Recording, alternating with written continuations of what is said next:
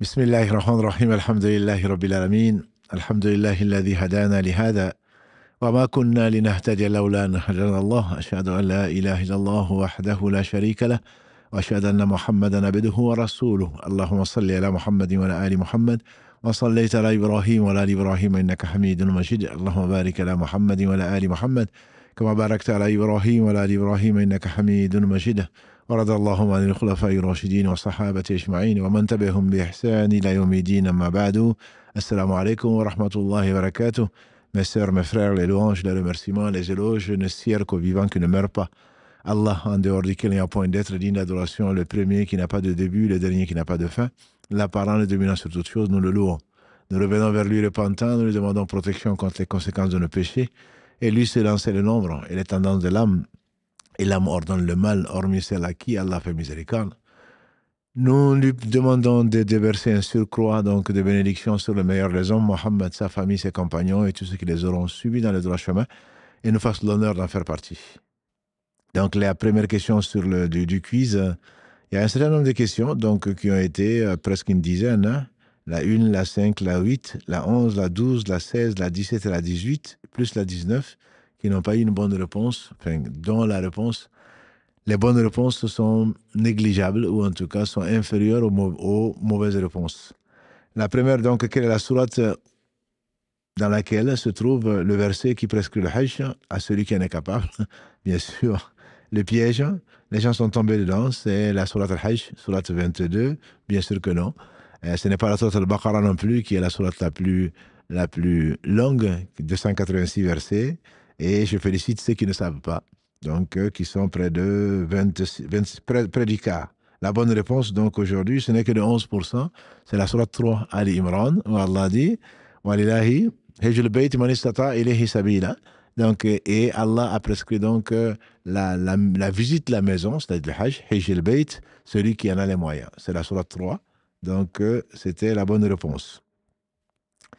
La deuxième question, le hajj est obligatoire pour qui en a les moyens. Là, vous avez été excellent, 96%, une fois dans la vie, effectivement. Et quelqu'un a demandé au prophète sallallahu mais est-ce que c'est une fois? Il a dit, oh vous les gens, faites le hajj. Et Allah vous a prescrit le hajj. Et quelqu'un a demandé, est-ce que c'est tous les ans? Et il s'est tu, il s'est mis, on a senti en lui la colère. Mais même quand il est en colère, il dit que le bien, il n'était pas grossier. Il a dit, si je te disais tous les ans, ce serait tous les ans. Voilà ce qui a détruit les gens d'avant. Les pires, c'est les gens qui posent des questions alors qu'Allah se tue. Ce n'est bien sûr pas par oubli, c'est par miséricorde. Donc c'est tous les ans, alhamdulillah. Par contre, celui qui a les moyens doit visiter la maison au moins tous les 5 ans, que ce soit par hajj ou pour la umrah. C'est conseillé. Peut-on faire le hajj pour un parent décédé ou invalide? Là aussi, vous avez été nombreux, 86% à dire que c'est oui. Effectivement, on peut le faire. Quelqu'un est venu demander au prophète sallam, mon père ou ma mère ne peut pas le faire à cause d'une maladie ou autre chose. Il dit, fais-le à ta place, que ce soit la umrah ou que ce soit le hajj. Et donc, c'est lui qui n'a pas les moyens de le faire. Et aujourd'hui, je reçois un certain nombre de questions pour est-ce que je peux faire la umrah pour mon père qui ne prie pas? Bon, je te dis, la Umrah est une œuvre, bien entendu, qui est méritoire, mais ce n'est pas une œuvre qui est obligatoire. La prière est une obligation. Et pour certains savants, celui qui ne prie pas n'est pas musulman. Donc, comment imaginer aller faire la Umrah pour quelqu'un qui ne fait pas la prière? Ce n'est sûrement pas le bon choix. Prions Allah subhanahu wa ta'ala de nous guider, qui commence par la prière, et ensuite, il se peut que Allah accepte ce qu'il fera, donc, d'œuvres surrogatoires. Quatrième question, le hajj de l'enfant impubère, donc, et le dispense-t-il de l'obligation de l'effectuer? La réponse est non. Et la réponse est non, ça lui comptera, Inch'Allah, comme bonne œuvre, mais il ne sera redevable du hajj qu'à partir de l'âge de la puberté, et donc à partir de l'âge de la puberté jusqu'à sa mort, s'il vit, après cela, donc il doit refaire le hajj, puisque ce n'est pas compté comme le hajj obligatoire. Si Allah ne lui a pas rendu la prière obligatoire, et que dire le hajj? Donc, le hajj, c'est pour celui qui peut. La prière, c'est dès qu'on arrive à la puberté pour quelqu'un qui n'est pas enfant et qui n'est pas indisposé et qui a toute sa raison. Il n'a pas toute sa raison, c'est pour cela que le hajj, ni la prière, ni le hajj, ni le jeûne ne lui sont obligatoires. Donc, il faut qu'il refasse une fois, Inch'Allah, que Allah lui aura permis donc d'être pubère, s'il a les moyens, bien sûr. S'il a les moyens. Cinquième question, les lieux où l'on doit se rendre obligatoirement. le pèlerin sont donc la Mecque et ses environs, la Mecque et Médine, et je ne sais pas. Donc je suis été étonné, mais en même temps agréablement surpris de voir que certains disent que le pèlerinage, c'est la Mecque et Médine. Venant de loin, d'Afrique, d'Amérique ou d'ailleurs, et y allant peut-être une seule fois dans sa vie, on a tendance à aller visiter les deux lieux. Mais le Médine n'a jamais fait partie du pèlerinage. Le pèlerinage, c'est, donc on verra les piliers, Inch'Allah, le pèlerinage, c'est la Mecque et ses alentours. C'est faire le tawaf, c'est faire le saï entre Safa et Marwa, c'est aller le 8 Dhul-Hijjah à Mina, qui n'est pas loin de la Mecque, et surtout des hôtels les moins chers de la Mecque, et ensuite aller à Arafat, qui n'est pas non plus à vol d'oiseau, qui ne prend pas beaucoup de temps, à Muzdalifa, revenir à Mina et revenir faire le tawaf. Donc tout est autour de la Mecque. Celui qui a fait ça, il peut repartir. Mais bien sûr, venant de loin, aller visiter la mosquée du prophète sallam où la prière vaut 1000 prières dans une autre mosquée. Celle de la Kaaba, bien sûr, c'est 100 000 prières. Et donc, aller visiter Uhud, qui est un mont du paradis, aller visiter Quba, qui est la première mosquée construite par le prophète sallam et ses compagnons quand il est arrivé à Madina. Tout ceci, on est à quelques pas. Et aujourd'hui, en train très rapide, on y est entre Makkah et Madina, on a 2 heures. Donc, ce serait vraiment dommage de ne pas y aller, mais la visite de Médine et ses alentours n'a jamais fait partie du Hajj, n'a jamais été une obligation, ni de la Umrah. Donc, c'était la raison pour laquelle j'ai posé la question. Et celui qui fait la Umrah, donc le petit Hajj, doit obligatoirement se rendre à la Mecque et ses alentours, la Mecque et Médine. Donc, là, au moins pour la Umrah, vous avez été plus de 60% à dire que ce n'est que la Mecque. Mais certains ont pensé, ils sont jusqu'à 20%, 18%, qu'il fallait aller à Médine. C'est vrai que quand on y va, pour la Umrah, c'est moins cher, et c'est à toute l'année, comme vous le savez, puisque vous avez donné une bonne réponse pour le reste. Le Hajj pieux efface tous les péchés, les seuls péchés mineurs. Il efface tous les péchés, comme l'a dit le prophète sallam, le Hajj Mabrour, le Hajj qui a été accepté, donc pendant lequel il n'y a pas eu de vocifération, il n'y a pas eu de querelle, il n'y a pas eu d'agression physique ou verbale. Il revient chez lui comme le jour où sa mère l'a mis au monde. Comme l'a dit le prophète sallam, le Hajj accepté Mabrour n'a d'autre récompense que le paradis. Et donc, ça efface tout ce qu'on a fait, à condition, encore une fois, que ça efface les péchés pour nos négligences, nos écarts, fils d'être quelque chose d'extrêmement grave, comme l'a dit Bilal. Ibn Saad ne voit pas la petitesse du péché, voit la grandeur de celui à qui tu as désobéi. Donc, ce n'est pas un petit péché, mais Allah pardonne tous les péchés, y compris ceux auxquels ceux pour lesquels on mériterait l'enfer. Donc, Allah pardonne tous les péchés, c'est tous les péchés. Quant à la Umrah, la question 8, quand elle est acceptée, Allah pardonne les péchés véniels. Le prophète alayhi salatu salam l'a dit, les 5 prières, la Umrah, de la Umrah à la Umrah, du vendredi au vendredi, du Ramadan au Ramadan, efface les péchés si on évite les grands péchés. Et ils sont plus proches de 70, voire de 700, plutôt que de 7. Et donc, si même le Ramadan, le jeûne du Ramadan n'efface, entre guillemets, que les péchés véniels, que dire la Umrah. Le hadith, il le précise, de la Umrah à la Umrah. Donc, le fait de faire la Umrah efface donc les péchés véniels, et ils ne sont pas petits. 9e question, le Hajj peut se faire toute l'année. La réponse, vous le savez, à 90%, la réponse c'est non. Non, le Hajj c'est en période connue, et c'est le mois sacré, c'est normalement le mois de Dhul-Hijjah, c'est le 8 Dhul-Hijjah où on va à Mina, on y passe la nuit, ensuite on va à Arafat, donc le 9 Dhul-Hijjah, et ensuite on passe la nuit à Muzdalifa, on revient à Mina pour les stèles, et ensuite on y reste, on passe la nuit de l'Aïd, du 10 au 11, du 11 au 12, et celui qui est pressé peut partir, sinon on passe la nuit également du 12 au 13. Voilà le Hajj. La Umrah peut-elle se faire toute l'année? Oui. Et là aussi, alhamdulillah, vous le saviez, 90% pratiquement, c'est tout. On peut faire la Umrah tout le temps. Alors que le Hajj, on ne peut le faire que le mois du Hajj, comme son nom l'indique en arabe, Dhul Hijjah.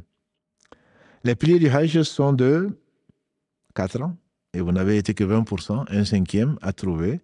Beaucoup ont parlé de 7. Le 7, c'est le nombre de tours de la Kaaba. C'est le nombre d'aller ou de retour aller et de retour, donc entre Safa et Marwa, mais ces 4 piliers, c'est l'ihram, donc l'intention est portée, l'intention est respectée, donc les interdits, c'est le tawaf autour de la Kaaba, c'est le sa'i entre Safa et Marwa et Arafat, Arafat et ses alentours, donc ces 4 piliers sans lesquels le Hajj n'est pas valable, il n'est pas valide. Quant à la Umrah, c'est plutôt 3, et là aussi vous avez été plus d'un quart, mais vous n'avez pas été très nombreux à savoir que donc, il y a 3 en commun. L'ihram, le fait donc d'avoir l'intention et de respecter, tant d'un point de vue habillement que d'un point de vue du comportement, de respecter un certain nombre de choses, plus de parfum, plus se couper les ongles, plus se couper les poils, etc. pendant cette période-là, que ce soit la Umrah qui dure une demi-journée ou le Hajj qui dure au moins 4-5 jours. Donc, ça, c'est l'ihram. Et le tawaf et le sa'i sont 3 piliers qu'ils ont en commun. Et ensuite, le 4e, c'est Arafat. Et le prophète m'a dit, le Hajj, c'est Arafat. Le tawaf autour de la Kaaba, 13e question, consiste en 3, 5, 7 tours. Et donc, 7 tours, vous avez été nombreux, plus de 80%, à savoir que c'est 7 tours. Contrairement aux coranistes, puisque dans le Coran, Allah ne dit nulle part qu'il faut faire 7 tours. Il paraît qu'il y a un coraniste qui est parti, il a fait un tour, puisqu'Allah dit de faire le tawaf, puisqu'il ne croit pas au hadith. Donc, il a fait un tour, il est monté dans son hôtel. Donc, bien sûr, celui-là, il a été faire du tourisme. Mais il n'a pas fait le Hajj, puisqu'il n'a pas fait la Umrah non plus d'ailleurs, puisque parmi les piliers de la Umrah et du Hajj, c'est donc le Tawaf. Et le Tawaf, c'est 7 tours complets autour de la Kaaba, dans la direction contraire contraire à celle des aiguilles d'une montre, à l'intérieur du sacré, commencer par la pierre noire et finir par la pierre noire, etc., en état d'ébullition. Voilà. Donc, il y a des conditions que lui ne connaît pas, puisque ce n'est pas dans le Coran, paraît-il. Et dans le Coran, le verset 7, par contre, de la sourate 59, dit « Wama atakumur rasulu faquduhu, wama nahankum fantahu, wa taqullah » Ce que le messager vous apporte, prenez-le. Ce qui vous interdit, abstenez-vous-en et craignez Allah. Et donc, celui-là, certainement, est passé sur ce verset-là. 14e question, la course entre les monts As-Safa et Marwa, qui ont vu la présence et le stress de cette mère d'Ismaïl, donc à Hajar, c'est 7 allers et retours. Ce n'est pas 7 fois allers et retours, mais c'est 7. On compte les allers comme le retour. Et on commence par As-Safa et on finit par Al-Marwa. C'est 7 tours. Vous avez été 63% avant la bonne réponse. La pierre noire provient du paradis. Oui, c'est vrai. Elle était complètement blanche et c'est le péché des hommes qui l'a rendu noire. On l'appelle aujourd'hui la pierre noire. Donc 80%, vous avez été à donner la bonne réponse. Question 16, l'association sur le mot Arafat se fait donc le 9, le 8 ou le 10. Le 10, c'est l'Aïd. Le 8, c'est le départ pour Mina, à quelques kilomètres de Arafat. Mais Arafat, c'est le 9 Dhul Hijjah. C'est le jour le meilleur jour pour les invocations. Et s'il n'y a pas la station de Arafat, il n'y a pas de pèlerinage. Question 17. Jeûner le jour de Arafat expie des péchés. Les péchés de combien? D'un an, de 2 ans, de 3 ans. Et c'est de 2 ans, a dit le prophète sallam, celui qui jeûne le jour de Arafat. Donc, celui qui jeûne ce jour-là, même si c'est un vendredi, c'est possible, même si c'est un samedi, on peut jeûner dans l'avis majoritaire des savants. Et surtout les 10 jours, comme on le verra, Inch'Allah, la semaine prochaine, les 10 meilleurs jours, Arafat en fait partie. Donc, c'est du 1er Dhul Hijjah, donc qui n'a pas encore commencé, jusqu'au 10 Dhul Hijjah. Et donc, celui qui jeûne ce jour particulièrement avec cette intention, avec nos sœurs et nos frères qui étaient malades ou indisposés pendant les mois de Ramadan, on peut également avoir la double intention de jeûner ce jour-là pour rattraper un de nos jours obligatoires et également coïncider avec donc Arafat pour avoir 2 années de péché véniel, de petits péchés entre guillemets, péchés mineurs, pardonnés par Allah, un an avant et un an après. Donc c'est 2 ans. Question 18, le jeûne du jour de Arafat pour le pèlerin, est-ce qu'il est conseillé, est-ce qu'il est déconseillé? Il est déconseillé. Le prophète sallam, une de ses parentes, a entendu les gens en train de discuter, ils jeûnent pas. Il a fait le pèlerinage une seule fois, le prophète sallam. En l'année 9 de l'Hégire, il a fait le pèlerinage une seule fois, accompagné de 140 000 pèlerins donc, de toute la région, puisqu'il a averti les gens. C'est peut-être sa dernière année. Effectivement, ce fut sa dernière année. Et son seul hajj qu'il a fait, il a fait 4 umrah et un seul hajj. Donc, les gens discutaient, disait donc sa cousine, les gens discutaient, est-ce qu'il jeûne pas pour en faire une sunna? Et il lui a envoyé du lait. Et il s'est levé.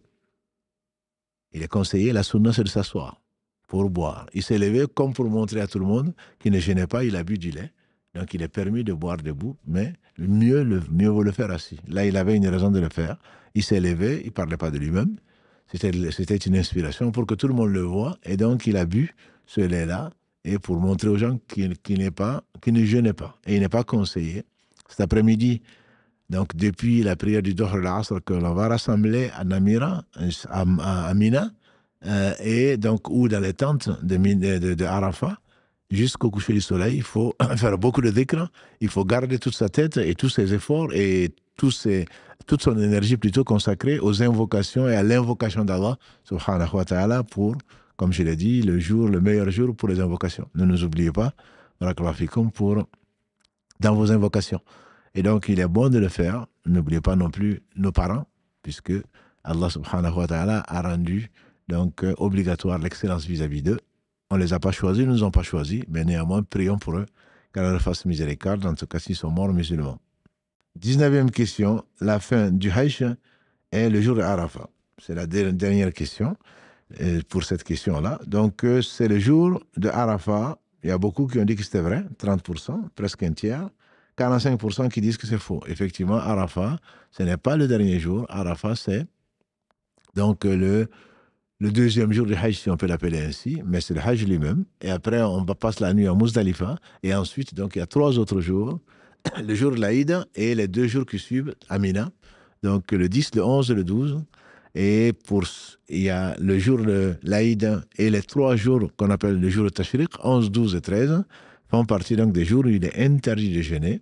Après Arafat, on ne doit pas jeûner. Le jour de l'Aïd, c'est interdit. Celui qui le jeûne, il a fait un péché et son jeûne n'est pas valable. Et il a désobéi, bien sûr, au prophète sallallahu alayhi wa sallam. Donc, Arafat, ce n'est qu'une étape importante, certes, mais ce n'est qu'une étape dans le pèlerinage. Ce n'est pas fini. Le pèlerinage ne finira donc qu'avec le tawaf ifada, que l'on ne fait pas plus tôt que le 10, donc qui est le jour de l'Aïd pour les autres. Là-bas, pour les pèlerins, il n'y a pas d'Aïd. On va faire à nouveau donc le tawaf ifada, le saï, et à ce moment, on sera complètement désacralisé. Et à ce moment, ce sera la fin donc, du pèlerinage. Allahu a'lam wa a'lam, qu'Allah nous enseigne ce qui nous sera utile et qui nous fasse profiter donc de notre temps et qu'il accepte des pèlerins et des non-pèlerins et qu'il accepte toutes les œuvres qui sont donc dédiées uniquement et exclusivement à sa noble face subhanahu wa ta'ala et rien ne lui ressemble.